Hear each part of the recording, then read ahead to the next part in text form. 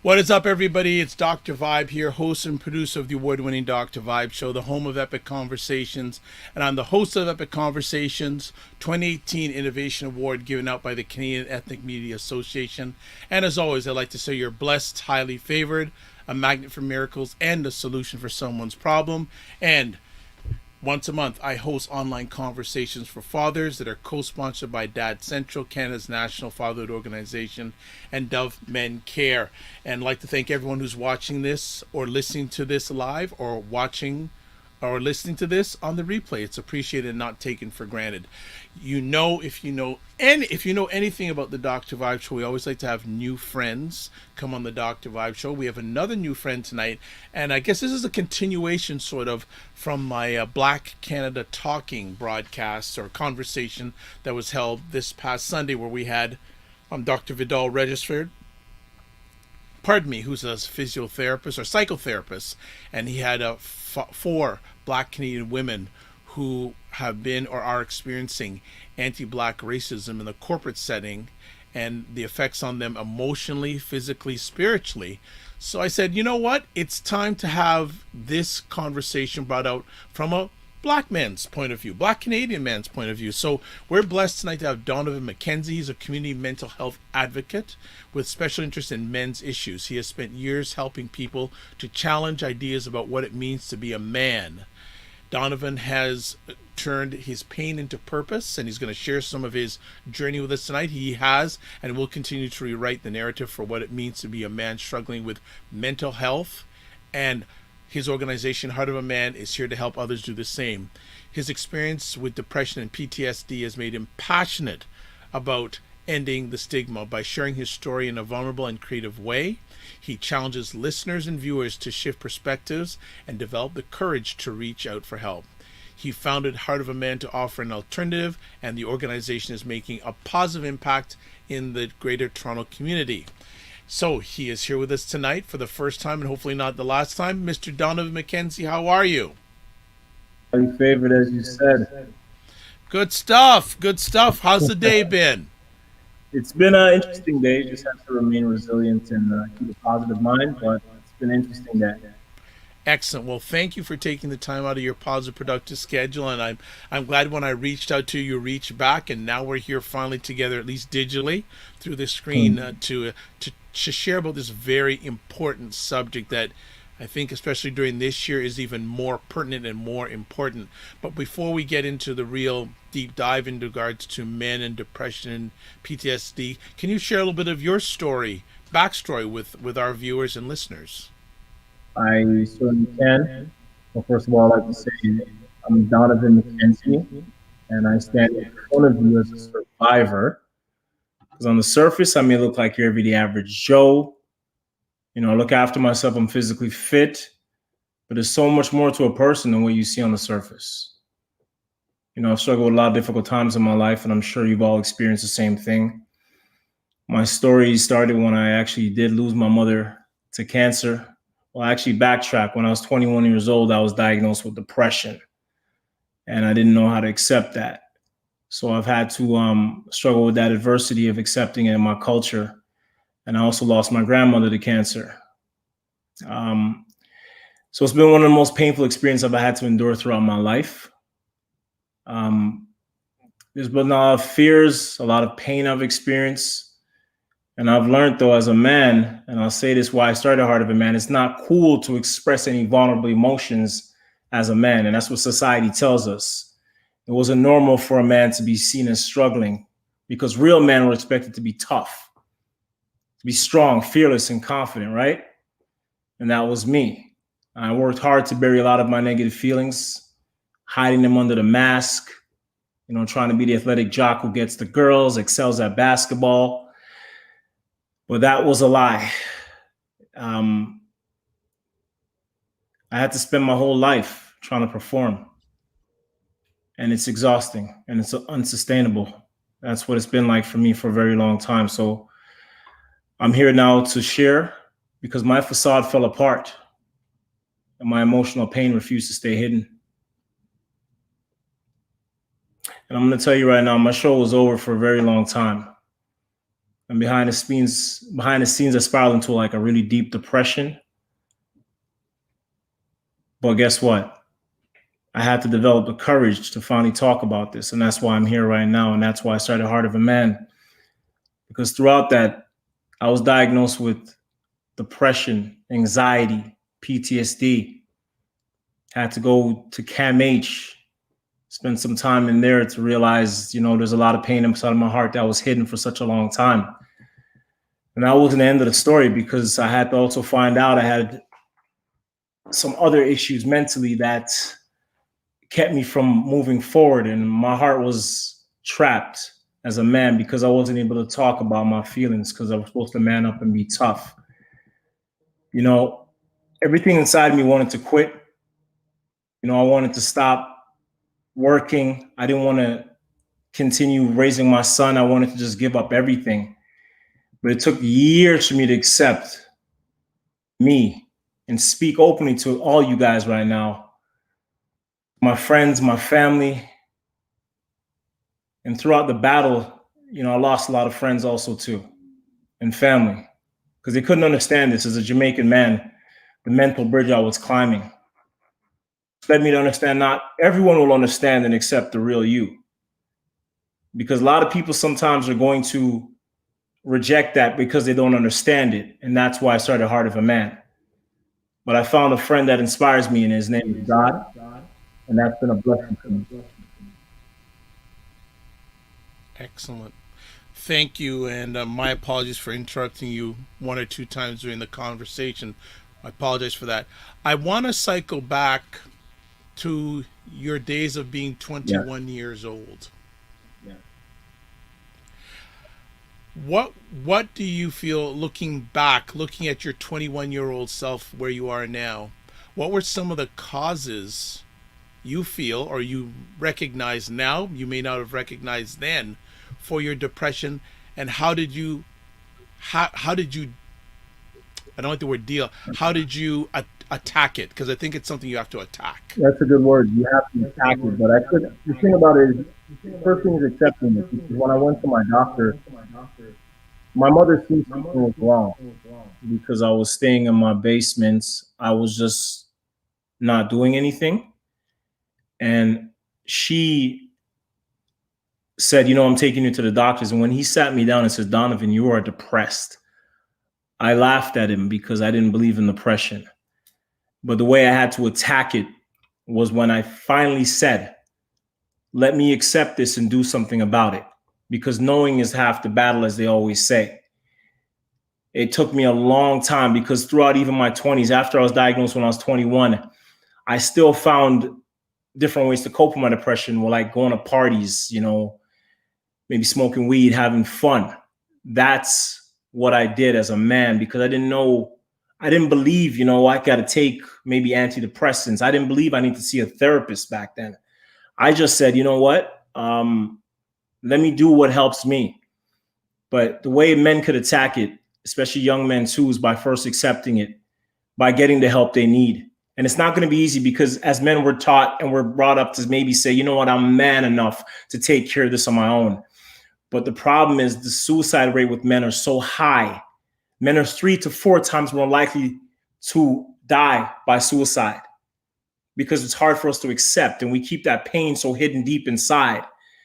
And that's why I call it Heart of a Man, and here it is, because my heart and our hearts as men sometimes are in a lot of pain, but we don't know how to share that, and we don't know how to talk about it, because one, maybe our friends might reject it and say, hey, you got to just be strong. Maybe we're in a relationship and our partner might say, just man up and be strong, be yourself. You got this. You're a man, which I'll tell you right now, some of the strongest men in the world were vulnerable, open, courageous. So we have to do the same. And it started when I was 21, and here I am now, 38 years old, spreading awareness, because I've accepted what was wrong with me. And a lot of men are suffering from depression right now. A lot of men. And if you're listening to this right now and I'm talking to you, it's okay to talk about it, because I'll tell you right now, I am born in Jamaica. I'm a Black man, and it's not accepted. It's not going to be, I didn't receive a lot of support in the beginning. I received a lot of rejection, but here I am right now spreading awareness. And that's why I call it Heart of a Man. And I always use the 3 words, and I'll say it at the end too, but I'll say it now first: overcome, elevate, inspire. It's something we have to do as men. And there's going to be 2 voices in your head all the time. There's going to be that healthy voice and that unhealthy voice. The healthy voice is going to say as men, you know what? Don't talk about it because you're a man. You got to be strong. Right? But the unhealthy voice, well, the healthy voice is going to tell you, no, you have to do something about it. Open up. Just share. See that therapist. You don't got to tell the whole world what's going on with you. But you have to share it and open up more and more. And that's why I'm here to talk to you right now. And it's not easy. I have so much to tell you right now, and I have so much to share with depression. And I can tell you the stats and everything. I want you guys to know that with myself and with the battles I've faced, here I am right now because I decided to become vulnerable. I decided to, take down that guard. And I'm going to say, before you begin your journey in mental health and recovery, it's important to understand what we can do to get the help we need to combat the stigma. Because knowledge is the best way to combat the stigma. And that's why I'm here. Here's the knowledge I've learned. And I'm still coping with my depression today. Okay. And so I just want to make you aware there's times periodically your mic is sounding a little bit fuzzy, but we're getting what you're saying. I want to get back again to, and you mentioned it just a few moments ago, you didn't have a lot of supports in your early 20s. How did you continue on when you didn't have the support? Was your mother a support, or did you have any supports, or did you basically have to do it with God? I had to do it with God. I didn't have the support because when you are raised in a family that doesn't know a lot about mental health, depression, different things like that, you're not going to get the support. It's going to be more shunned. But at the same time, I had to pray to God and say, God, I need you to help me get through this. And if it wasn't for Him, I wouldn't be here today. So through prayer, that's been a beautiful thing for me. I don't want to be too sensitive, but what support did your mother give, if any, during this time? Or was she able even to give the support? I lost my mother to cancer in 2011. And the greatest support she gave me was the word she said when she said, I don't want you to make a lot of money. I just want you to be okay and come to heaven. That was 2 days before she passed away. And that support from my mother, those words are so powerful. I say to everyone, you have to keep the words inside your heart and your mind. She helped me that way. But before that, she didn't understand about depression, so I wasn't talked about at all. Well, my condolences on the loss of your mother and your grandmother. May they rest in power. Thank you. So you were dealing with this challenge throughout your 20s, and I want you to be as open as possible. What was there a low point that sticks out while you were going through this journey? The low point in my 20s was when I would say mid-20s. I was always trying to find support and love from women. That was my medicine. But deep down in my heart, I mean, when you go home every day and your heart's in so much pain and you feel a lot of burden, you feel like you don't want to be around anymore. And that's when I was 25 years old. I remember going down on my basement saying, I really wish I wasn't here, but I don't want to tell anybody about this. God, just show me what my purpose is, because if you don't, I have to go. And that right there, I remember. I think it was around December, let's say around 2005, 2006. It was one of the most That hurt me a lot, but I still didn't get the help I needed yet, though. What kept you going? What kept me going was the Bible. One, I don't know if you guys have read the story about Elijah. When Elijah said, "God, I don't want to be around anymore," but God kept and said to him, "Elijah, get up, eat, rest, and keep going." If it wasn't for God saying that to me in my heart, I wouldn't be here. And if it wasn't for just seeing, maybe my grandmother smiling at me before she passed, I wouldn't be here. Things like that kept me going. And if it wasn't for, I think even some of my friends praying for me, that's what kept me alive and kept me just saying, you know what, I still have a purpose here on this earth.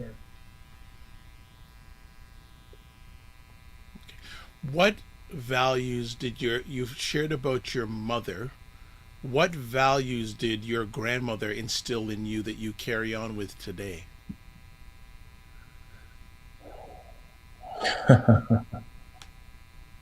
She instilled the value of compassion.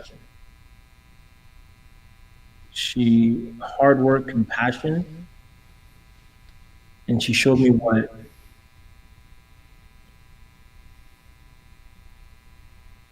meant to live a life where you're going to feel pain, but know there's still a purpose. Because she felt a lot of pain, and she still had a purpose, and that's what she instilled in me. I'm going to feel the pain, but I still have purpose. Just like Paul, the apostle, had a purpose. And he had a thorn in his flesh, and God said to him, "My grace is sufficient." My grandmother taught me that stuff too. Losing two, this is very interesting, and I'm just trying to get a vision of this, that you lose two such important figures in your journey, in your life, plus you're battling depression. How was, you've shared how your life was when you lost your mother. How did your life turn when you lost your grandmother while you're still dealing with this challenge of depression? It's kind of interesting because when I lost my grandmother, I was keeping stuff internalized. I was kind of making myself be like, no, no, I can't cry. I'm a man. So that pain, I tried to put in that cave and hide that pain. And the way I dealt with that was by doing crazy things and just wilding out as a man. You know, I didn't really, the only thing I did was I would pray at night and say, "God, I'm going through a lot. Bring me through this." But when my grandmother died, I was like, okay, but you can't cry. You're a man, right? Just tough it out. Things will be okay eventually. So that was a difficult time for me. And I started crying a lot when I hit my 30s, right after I lost my mother, because reality said, wait a minute. You mean I lost my grandmother? I lost my mother? Who do I have now? I felt alone. And a lot of us men, we feel alone sometimes. We lose a loved one, and sometimes you can't see the tears coming down our eyes, but we're still hurting inside. So that was a battle for me, man. The 30s were another challenging decade, or some of it was a very challenging decade for you. Uh, when did you start making a turn? What do you remember the moment that you were starting to make a turn? Because your life was not easy for you. No, it was You not. had two major catastrophes in your personal life, plus you're dealing with depression. Yeah. I guess even before that, when was it brought to your attention that you had PTSD, and what was the cause of that? So when I was 21, I told you the doctor diagnosed me with depression, and I just brushed it off, right? Right? Well, after my mother died, I had to see a therapist because I wanted to take my life and go. I thought I could just go to heaven with her, right? Because like I can't live without my mom on this earth.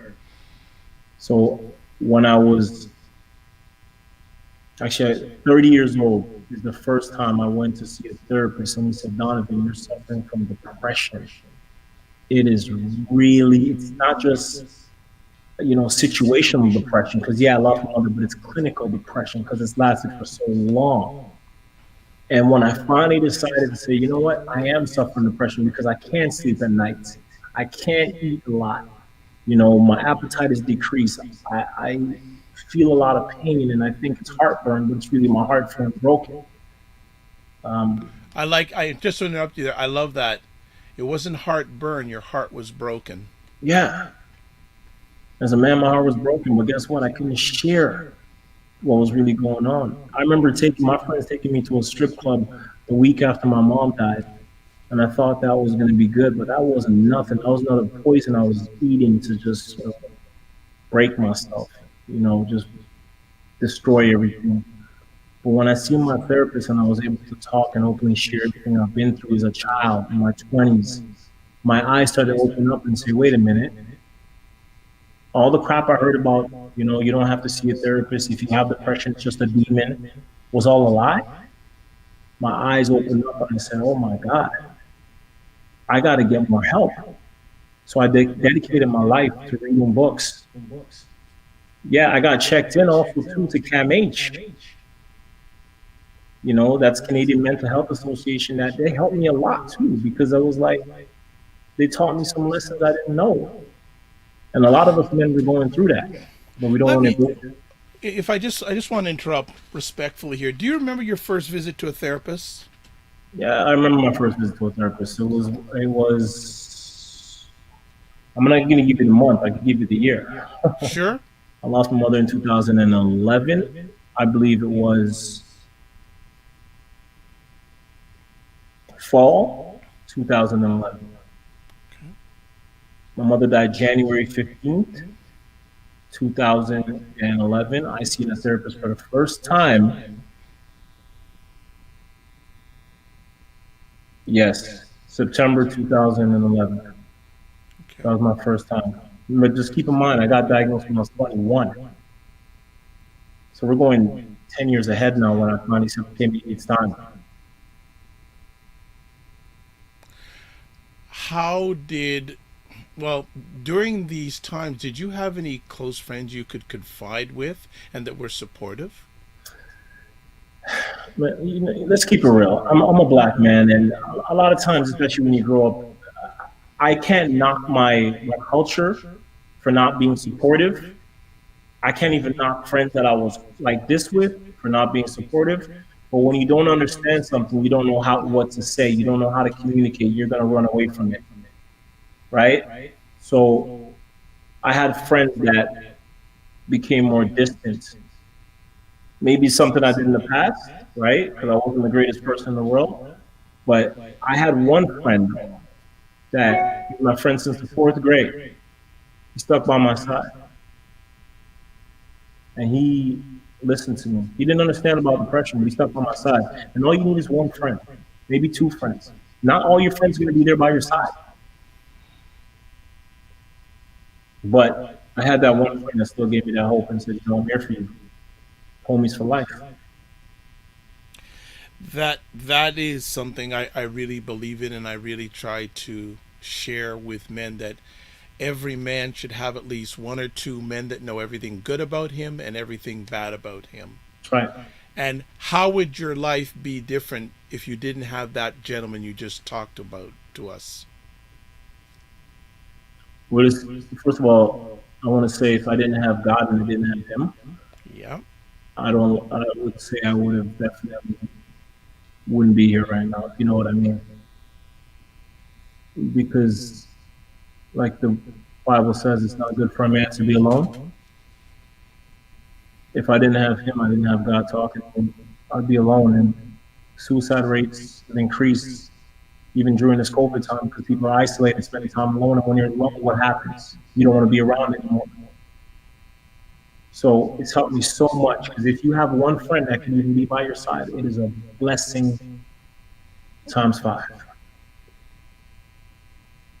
Excellent.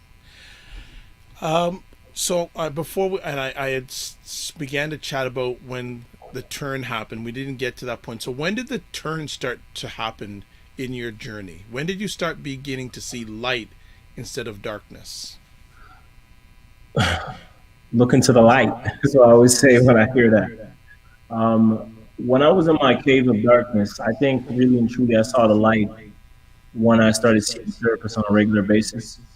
And my son, seeing him smile and playing with my son, that was beautiful too because I still realize I'm here for a reason and I gotta inspire my son.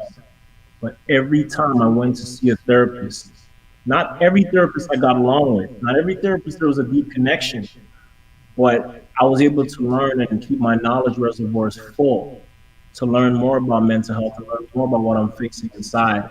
That PTSD, that depression, that anxiety, I learned skills to cope with it. And one of the skills was by admitting it, by going and seeing my therapist, learning skills on how to deal with it. That was the turning point in my life. When I said, enough is enough, I'm going to live my life trying to help myself and take those skills I learned to help myself and help other men fight this battle they're going through. And I'm not a therapist, but I'm an advocate. I'm a man that learned how to deal with this. I just want to touch something. How was it for you during this challenging journey, having a son and not being able to be the father that you wanted to be during this time? Because obviously you said that one of the inspirations for the turn was your son, but Yes. what was it like being a father during this part of the challenging journey? Well, being, you know, the Incredible Hulk, right? When the Incredible Hulk gets mad, how big he turns and how crazy he gets. Being, I felt like I was the Incredible Hulk with my son. Mm. Because when you're going through those things, you'll act in a very impulsive way. Your anger could be go through the roof for the smallest things. And when you don't know why you're doing that, it's going to impact your child. And it's been some, like, I remember one time I went to a camp with my son, just camping with my son, and he said one small thing to me, and I grabbed him. I'm like, don't you ever say that to me again. And I remember he's crying, right? But I didn't know it was because of those things I was dealing with inside myself that I wasn't getting all the help with at that time. But over time, I had to apologize to my son. I had to hug him. I see him now. I never yell at him. You could ask him, no, I can't yell at him anymore because I learned some of these skills. And but it was very trying with my son because I was taking my anger out on him. And a lot of fathers might do that also because they don't know what's going on and they're like very impulsive. That's a part of mental health also too. We have to understand as men. Excellent. How much? Okay. How much does your son mean to you?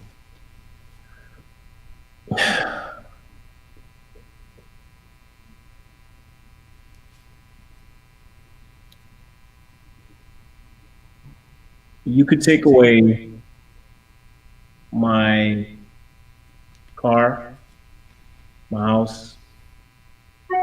You could take away all those things. But if you take away my son, I can't. I don't know how I can be around anymore. He's the one that makes me realize why I'm still here on this earth. And a lot of fathers sometimes might even take their lives not realizing the impact you can have on your son. And there's times where I have my suicidal thoughts that sometimes I don't even like talking about because people go, "Ooh," they feel uncomfortable. But my son's smile, seeing him play basketball, seeing him give me a hug and say, "I love you," kept me here. That's Made your me want to why. stay alive. That's your why. He's been my wife for a long time. You know, he doesn't live with me. He doesn't stay with me every day, but when I see his face and he's like, "Hey, Daddy," I'm like, "Yeah, I am your dad. You're my son. We're like this. I'm around here for a reason. I gotta raise you. Whatever you're going through, I'm gonna be right by your side." conversation piece here, do you ever feel one day that you will have the relationship with your son that you'll feel comfortable sharing some of your story with him? I already have shared story with my son. Excellent. My son knows about depression. My son knows that his daddy's faced depression. My son knows that his daddy's gone through PTSD. He's seen me cry. My son knows what I'm going through. And we have to share that now, because if they go through it, like I said, knowledge is powerful. Also, knowledge is powerful. And when you keep your knowledge reservoirs full and you pass that on to your son, to your daughter, the impact that can have is amazing. A question here from a gentleman I highly respect, a comrade, Jeff Martin. If you can put that question back up on the screen. It was, I don't, if I can see it right back on the screen, if that question can be put back on. Okay, well, we'll have it back on in a moment if we can get it back on. It came off too quickly. So, when did it come into your heart? Because we're going to talk about heart of a man. To start sharing your message with others. Give us the background on that. The background is when, I don't know if you've heard of Emotions by T.D. Jakes. I saw the tour live. Okay, well, I saw him live also too. And I met him. And you met him. Bishop T.D. Jakes planted that seed inside of me that there's a kid in every king, and there's a king in every kid. Bishop T.D. Jakes talked about the suicide rate, and my eyes started going, wow. How come I don't talk about this with my friends? But he inspired me so much to say, you know what? Maybe I could share something with men also too, and just say, you know what? Hey, let's open up and talk about it. Let's save some lives. Let's be more vulnerable. I know that word vulnerable, it sucks sometimes because men don't really receive it well. But when Bishop T.D. Jakes said that, and I believe God was opening my heart and my mind to help men to lower the suicide rates, I had to start Heart of a Man. Now, it's been a struggle because I've struggled with my things inside my heart, my mental health. So when you struggle with mental health, it's not always going to be on point, but I've been resilient enough to not give up. So Heart of a Man is here now to provide that hope, to help men overcome the battles, to elevate their minds and inspire them to keep going. Got the question back here. Jeff A.D. Martin, great gentleman, one of the authors of this book here, The New Me, 10 Men, 10 Stories of Perseverance. And I was blessed enough to hold 3 separate conversations with members or authors of the book. He has a question for you saying, what do you put in place to ensure your son doesn't fall into the same mindset of depression when he gets older? Oh, that's a big man, Jeff. Thank you for asking that question, man.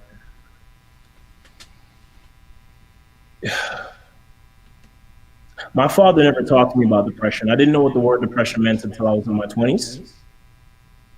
And when you don't know something, you kind of just, it could be fear, right? So the fear factor came in and I ran away from it because my father didn't talk to me about that. But when I talk to my son about depression now and what it feels like, I'm opening my son's eyes. I'm allowing him to see that he could face that in the future. You never know, right? I can let him know about situational depression, clinical depression. We talk about things. We talk about depression and suicidal things many times. And I think some parents are like, no, you can't do that. But I have to because I don't know what's going to happen with my son in 10 years, next year. So, Jeff, I had to talk to my son about that so often when I see him. Even when I have feelings about things, I don't tell him, your daddy's feeling so like just not being around. I say, your daddy I'm feeling heavy today. And you might feel heavy in the future, son. And how's that going to feel? Here's how it might feel. You might not feel like getting out of bed. You might not feel like going to school. You might feel like skipping class. You might feel like not hanging around none of your friends. That's what it said. That's what I say to myself. And I just need to encourage you to talk about it openly and share the word with him so he knows what it means, so he could share with his friends when he gets older. When you started Heart of the Man, your first sharing engagement with an audience, was it a difficult thing to start sharing your journey with strangers? Absolutely. Absolutely. Because the fear of rejection, I mean,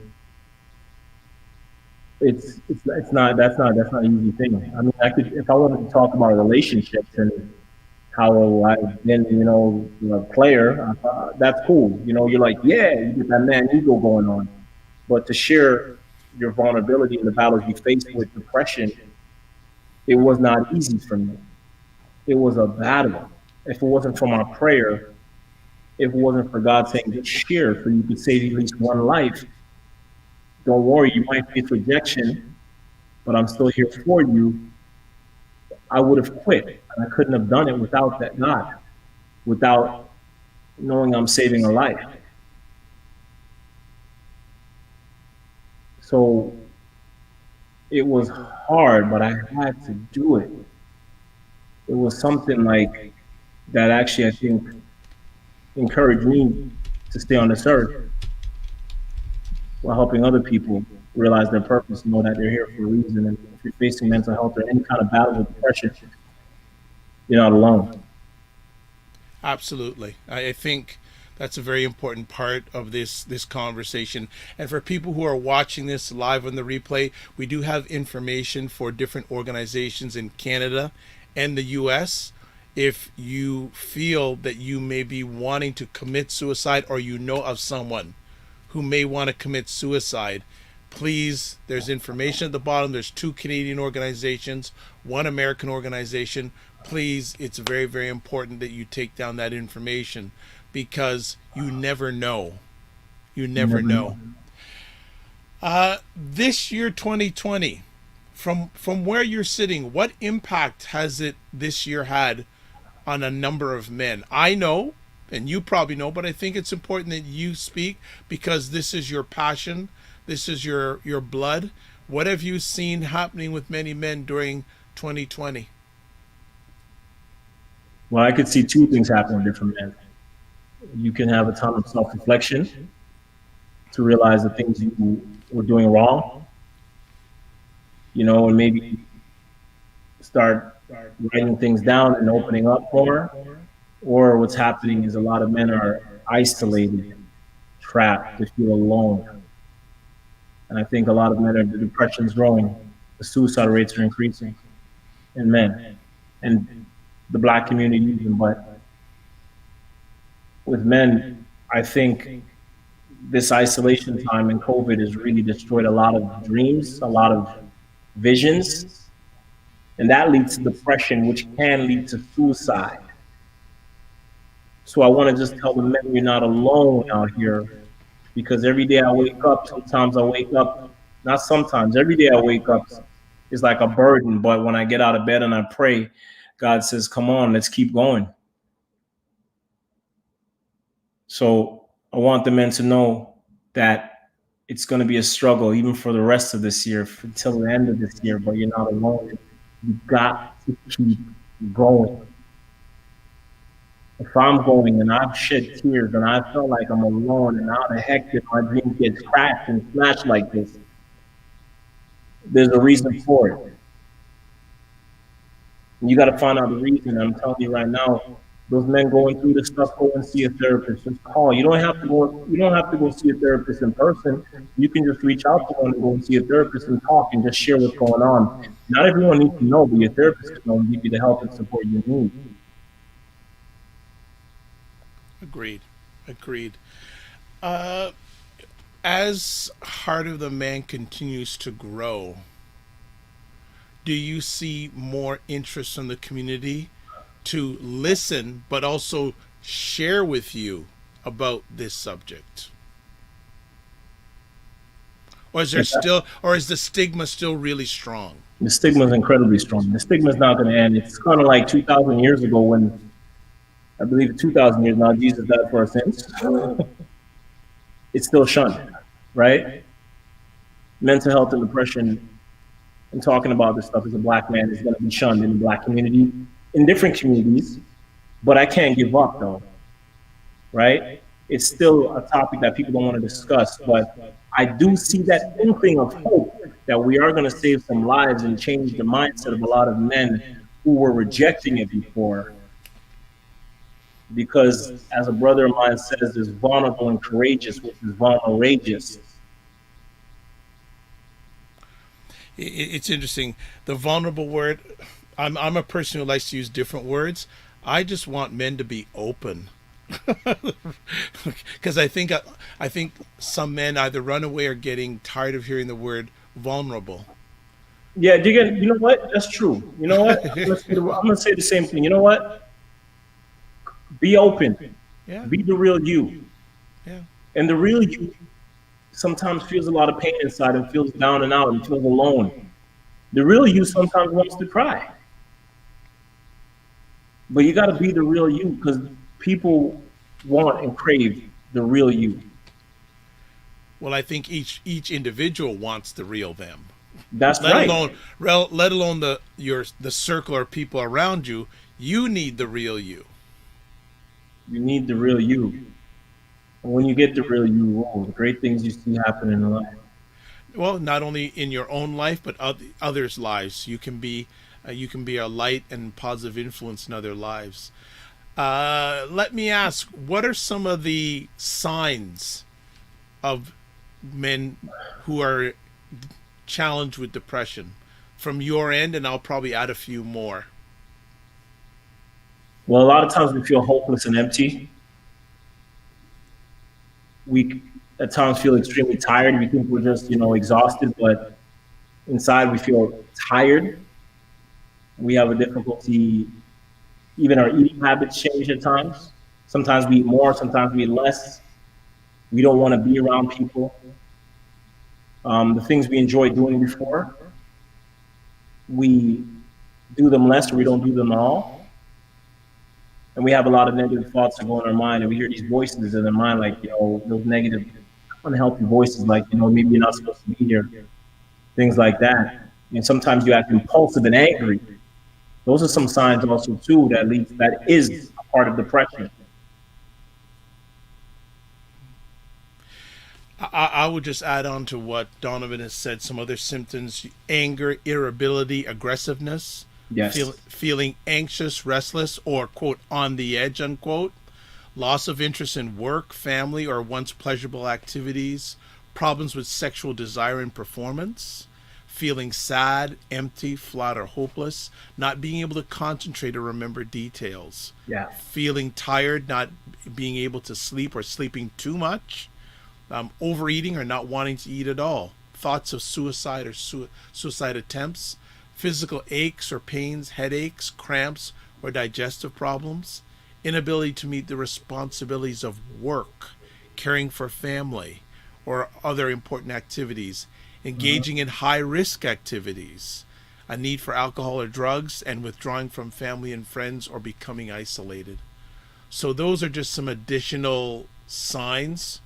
If you are a man yourself or you love their men in your life or circle, to keep an eye on. And most of them deal with the extremes. That's it. You said it all. I want to thank you for sharing all that too.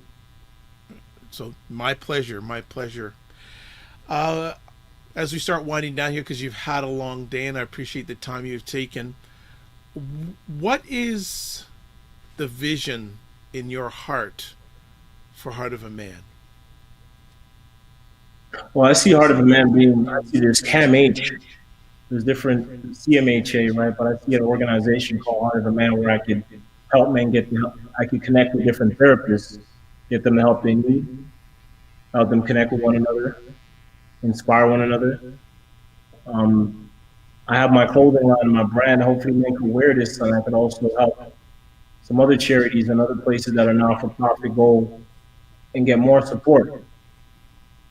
I see having my support groups grow, and I see saving lives and just being out there, just sharing my story and having men join me to share their story.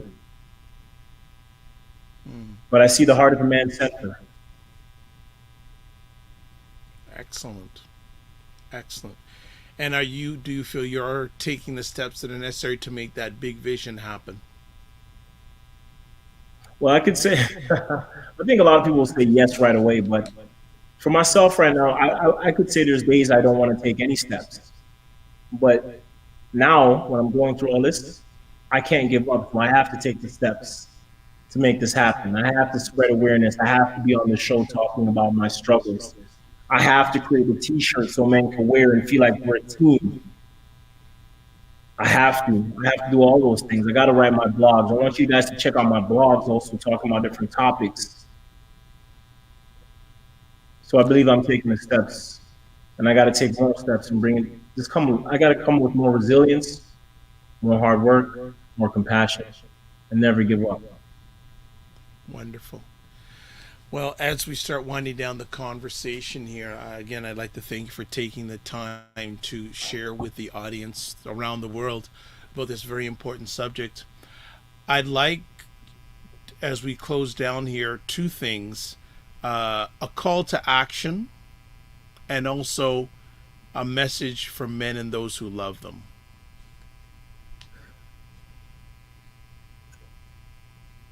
A call to action.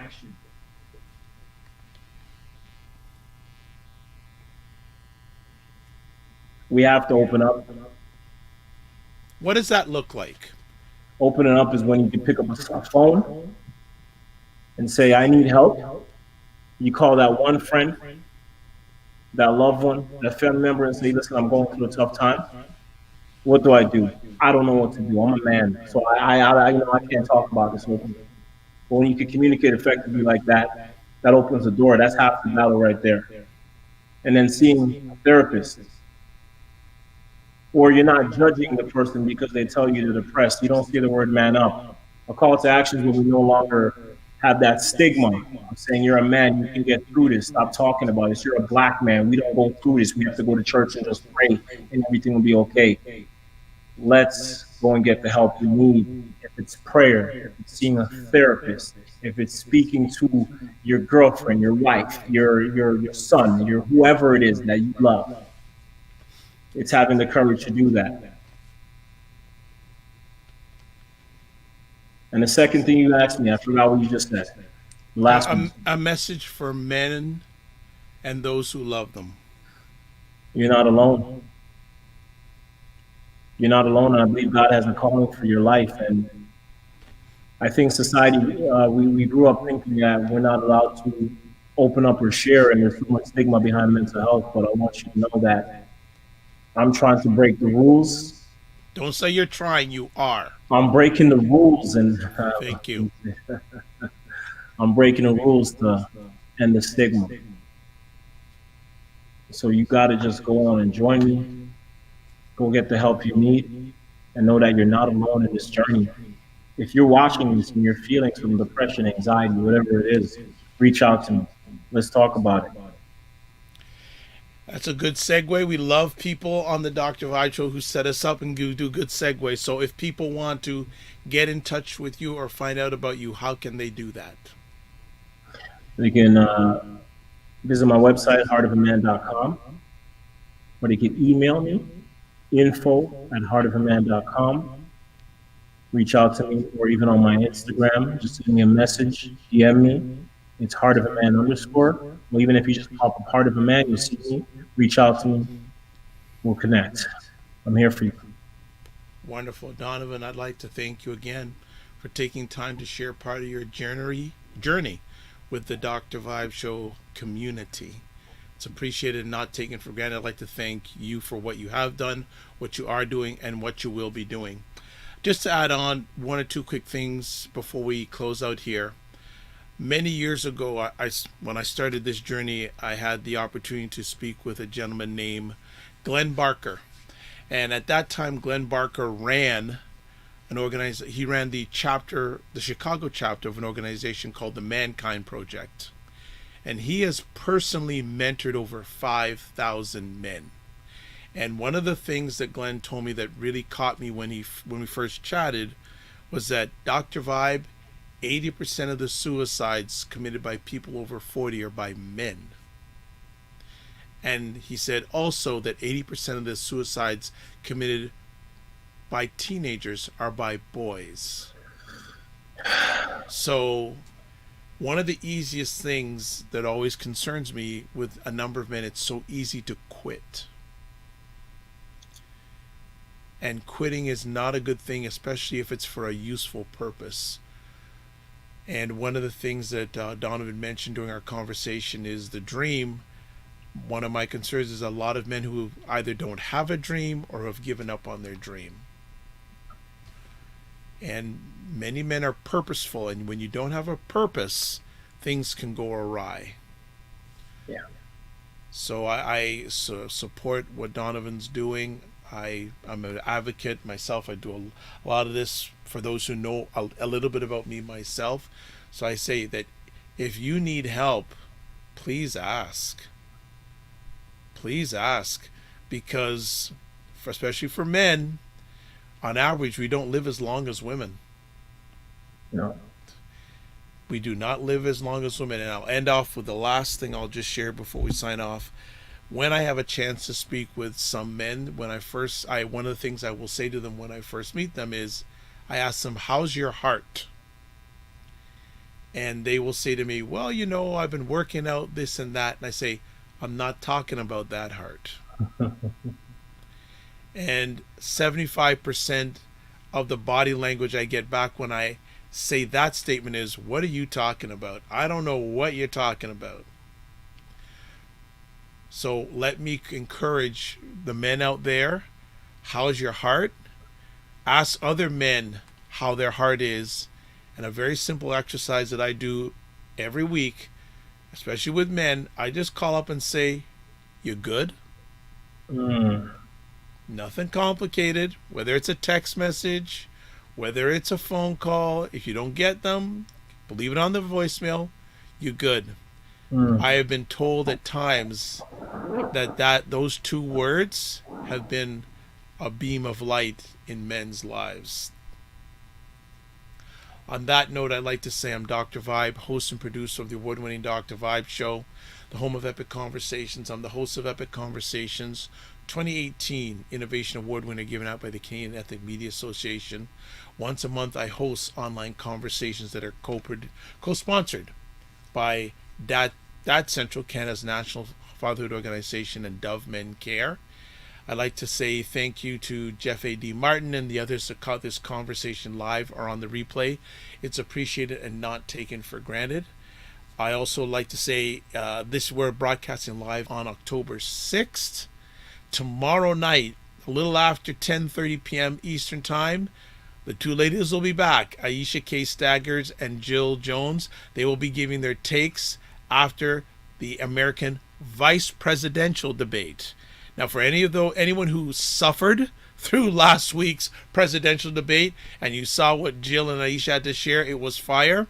This one's even going to be more interesting with all the events that have gone on since that debate. They're going to be ready. So may I suggest that you catch us tomorrow night on the Dr. Vibe Show, whether it's on Facebook or YouTube Live, a little bit after 10:30.